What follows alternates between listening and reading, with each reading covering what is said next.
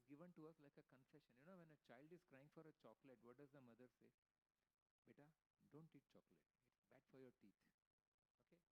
The child is crying. So what does the mother say? Concedes. Okay, one chocolate. That one chocolate is this human body. You understand? What is this human body? One chocolate, Krishna says, okay, you want to enjoy? Okay, take this. But it's got a short duration. He will not give you eternal body. Not for this kind of material enjoyment. Therefore, the senses are only for material enjoyment. You want to enjoy? Okay, give a short duration. Thoda kar lo, wapas aa jana. Come back to your original self. The Lord, out of His compassion, makes a whole world of temporary enjoyment with the senses as the medium of enjoyment and sense objects as the objects of enjoyment. But this cannot go on eternally. Mother's confession. Okay. Body may be beautiful and healthy. That all depends upon your karma. We cannot remember our past life. Forget, we cannot remember last 2 days back what we did. That is the limitation of our memory. But God is absolutely free from the clutches of karma. His free will is absolute. He is beyond time. So past, present, future are not segmented into watertight compartments for Him. For Him, everything is continuity. Past, present and future. He can view everything in the same slot. In the same shot, he can see everything about a person. The minute he sees a person, he knows what is the past of this person, what is the present, and what is his future. He's got complete information with him. And therefore, he does for the person what is best for that person. We may wonder why God not giving me that blessing and this blessing. We may be so greedy, I want this and I want that. But He knows what is good for you, and accordingly He will give you. That is why if you are in communication with God, in the sense if you are having that connection to God, then you learn to accept things the way it comes in life. Then you become sober. Then you become balanced in life. You don't get disturbed. Some misfortune happens in your life, you say, okay, from the worldly point of view it's a misfortune, but if this is what the God has sent for me, there must be something good in it. Then you become positive rather than going negative. Those who do not understand this concept of God tend to deny His potencies and equate Him with ordinary people. Some people say, Krishna lifted the Govardhan hill. Crap. Dismiss it. Nobody can lift a hill. Whom are you comparing God with? With an ordinary human being. A human being cannot lift a hill, that's for sure. But He is God. He is not a human being. Understand the difference. That is what He is teaching us here in this chapter. Understand me. Do not mistake me. And quite often Prabhupada in his writings, he uses the word rascal. We may wonder that why is he using an abusive word like rascal? Fact is, the meaning of rascal is trying to equate man with God or God with man. That is the meaning. So this is what Prabhupada means by rascal. He's a rascal, he says. Rascal means he doesn't understand God. He is trying to equate man with God. That is the mistake he is doing. That is what he means. Okay. So they say that this is only fiction. And that is why the Westerners have termed our scriptures as mythology. Myth. It's not truth. Jhoot hai ye. Hanuman flying over the sea. Jhoot hai. Ho nahi sakta hai. A monkey jumping over an ocean. Nonsense. Dismiss it. And they classify it under mythology. But the fact is, it is not mythology. It is truth. But you have to understand it in the proper context. Then you understand what it is.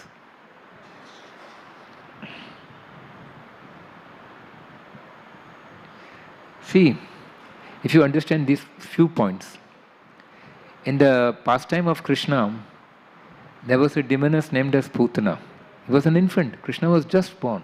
And Putana came to give her breast milk to Krishna. So she disguised herself as a beautiful woman and as a young mother, and she came and she actually managed to charm Yashoda and take the child from her, and she started feeding milk to Krishna. But what had she done? She had applied poison to her breasts. Why? She wanted to kill the child. That was Kamsa's order. Okay. Now what did Krishna do? He's an infant, but he's God. So how did he, solve the problem? He first drank her milk, thanked her for giving milk. Mother, gave her the status of mother. And then he sucked the poison because she had offered him poison. But what happens? Krishna is beyond all these material situations. So poison or milk, no difference for him. Milk is food, poison also he can digest. He took the poison also, nothing happened to him. But then her intention was to kill the child, murder. So now he had to dish out justice. So he sucked her life air. Sucking is the only thing he was doing as an infant. Nothing more than that. He did not use any other powers. Sucked the milk, accepted her as a mother. Sucked the poison, neutralized it. And sucked her life air, killed her. Punished her for her wrong intentions. And showed that he is God. You cannot cheat him in any way. You may think he is a child. You may deceive yourself. But he is God under all circumstances. Whether he is an infant, he is not helpless. Like other children who are helpless. He is fully potent under all circumstances. That is the understanding of God. That is how you should understand. A non-devotee never understands the Lord. The qualification to know God is devotional service. Devotional service means what? Love God. And what is the result of loving God? You love anybody. You want to serve that person. You love a person, you want to serve that person. Isn't it? So service is an expression of love.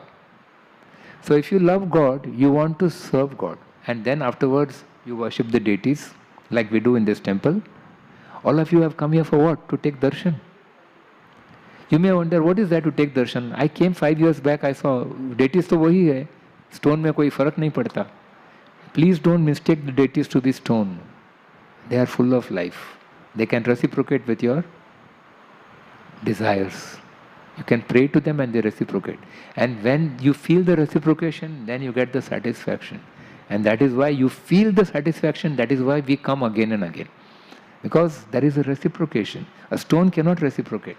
Only a living person. And God is the supreme living being. How much He will reciprocate. And how much He loves each one of us. Infinite. He is infinite, His love is infinite. So how much of satisfaction we gain by just coming and standing in front of Him.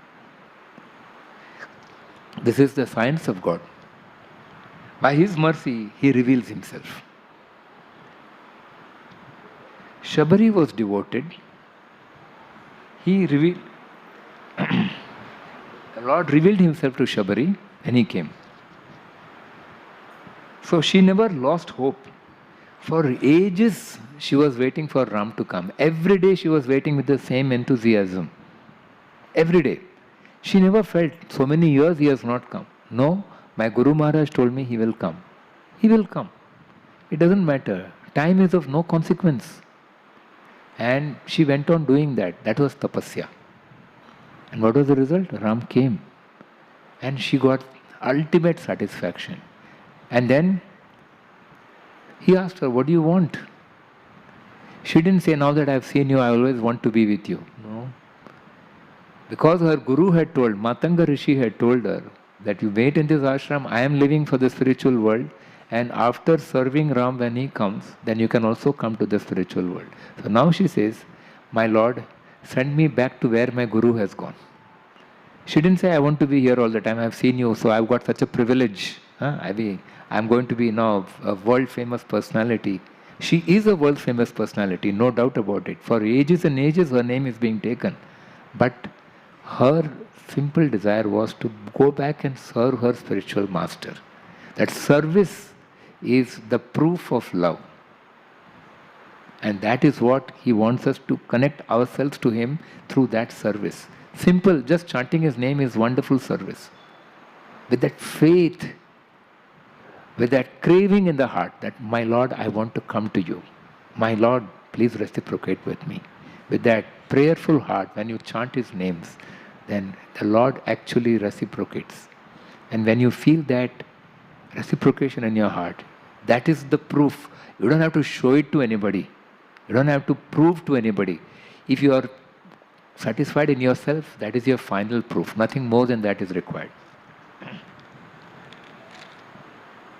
So because he told her, so I told you about that. The Lord in return becomes the servant of His devotee. That is His great quality. See, what is the benefit of surrendering to the Lord? Remember, the Lord is very, very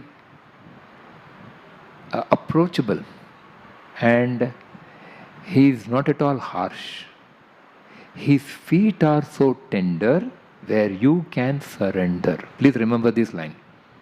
His feet are so tender where you can surrender. What is the difference between surrendering to the Lord and to anybody else? Others may try to exploit you, but the Lord becomes your servant when you surrender to Him. That is His greatness. So what more do you want? He is at your beck and call when you surrender unto Him. That is why surrender to Lord is not cheap, but surrender to Lord is the ultimate. And that is what message is given in the Gita. Sarvadharman paritya jamame kam sharanam vraja aham tvam sarva papebhyo mokshayishyami ma shucha. He says ma shucha. So don't be afraid. Don't be afraid to surrender. Because in this world, surrender has got a very negative meaning. Surrender means you give up your freedom, you give up your status, you give up your independence, and you are just tied down to that person. So that is what we experience in this world. So he says, do not be taken by the experiences of this world. My world is different. Come to me. I am calling you. That's what he says.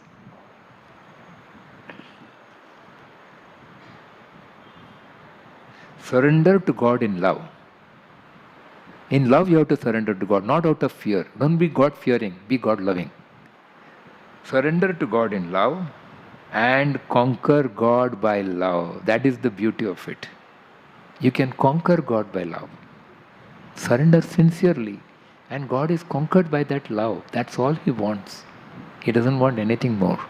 He's got everything and He can give you everything. And even the devotee does not want anything from God. The devotee is simply satisfied by the loving relationship with God. That is the beauty of the relationship between the devotee and God. Love is the key to relate to God.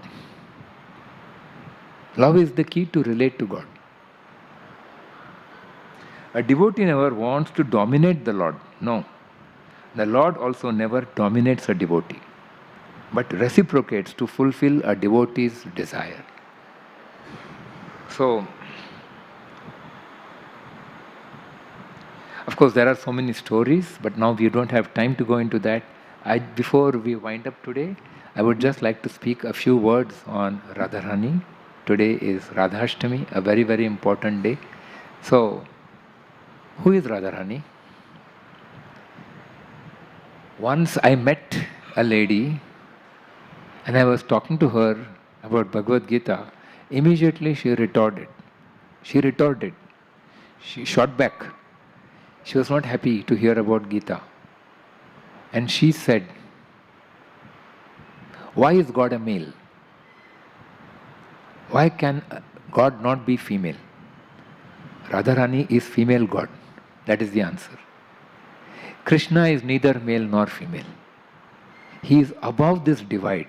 He is transcendental. So you can relate to Krishna as a male in the male form. You can relate to Krishna as female in Radha's form. Radha and Krishna. Sri Krishna Chaitanya, Radha Krishna Nahi Anya. They are not separate. They are one and the same entity. That is the beauty. That is why to understand God, our intelligence cannot help us. Our intelligence is a small tool to make a living in this world. For roti, kapda, makan, you need intelligence. To understand God, what do you need? His mercy. To understand Radharani, you need her mercy. When she bestows her mercy, and that will come when you are sincere in your heart. When the question is natural and you are approaching God with an attitude of love, then the answers flow. And the conviction comes within you. The light is, He lights up the inner core of your heart and everything becomes clear. Then you are not in darkness anymore. Then your conviction about God and His presence is very simple. So Radharani is the female form of God, not different from Him. That is one understanding. And we have so many different female forms of God like Parvati, like Mahalakshmi. Who are they? They are all expansions of the same Radha. Expansions of the same Radha. When he is Krishna, she is Radha. When he becomes Shiva, she becomes Parvati. When he is Vishnu, she becomes Lakshmi. So that is how it goes along. So it is just a flow of energy. Krishna is personification of energy. He is energetic, the source of all energy. And Radha is the flow of that energy. Energy and energetic. That is how the relation is between Krishna and Radha. Energetic and energy. You see?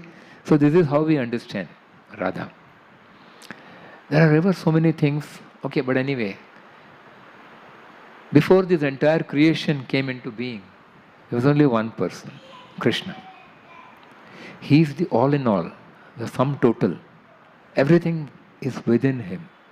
And when He expands, then the creation comes. And when He pulls it back into Him like the spider creates the web. And the spider can retract the web into itself. That is the capacity the spider has.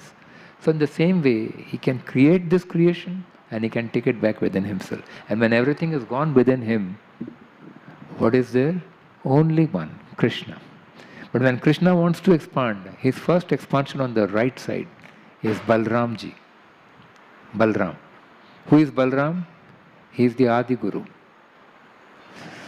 And his first expansion on the left side is where the heart is the pleasure potency, the Ladini Shakti, and that is represented by Radharani. She is the Ladini Shakti of Krishna, the pleasure-giving potency. If you want to please Krishna, you must have the mercy of Radha, because she is the embodiment of Ladini Shakti. She is the embodiment of everything that can please Krishna. So without her mercy, we cannot even approach Krishna. We cannot even go to Krishna.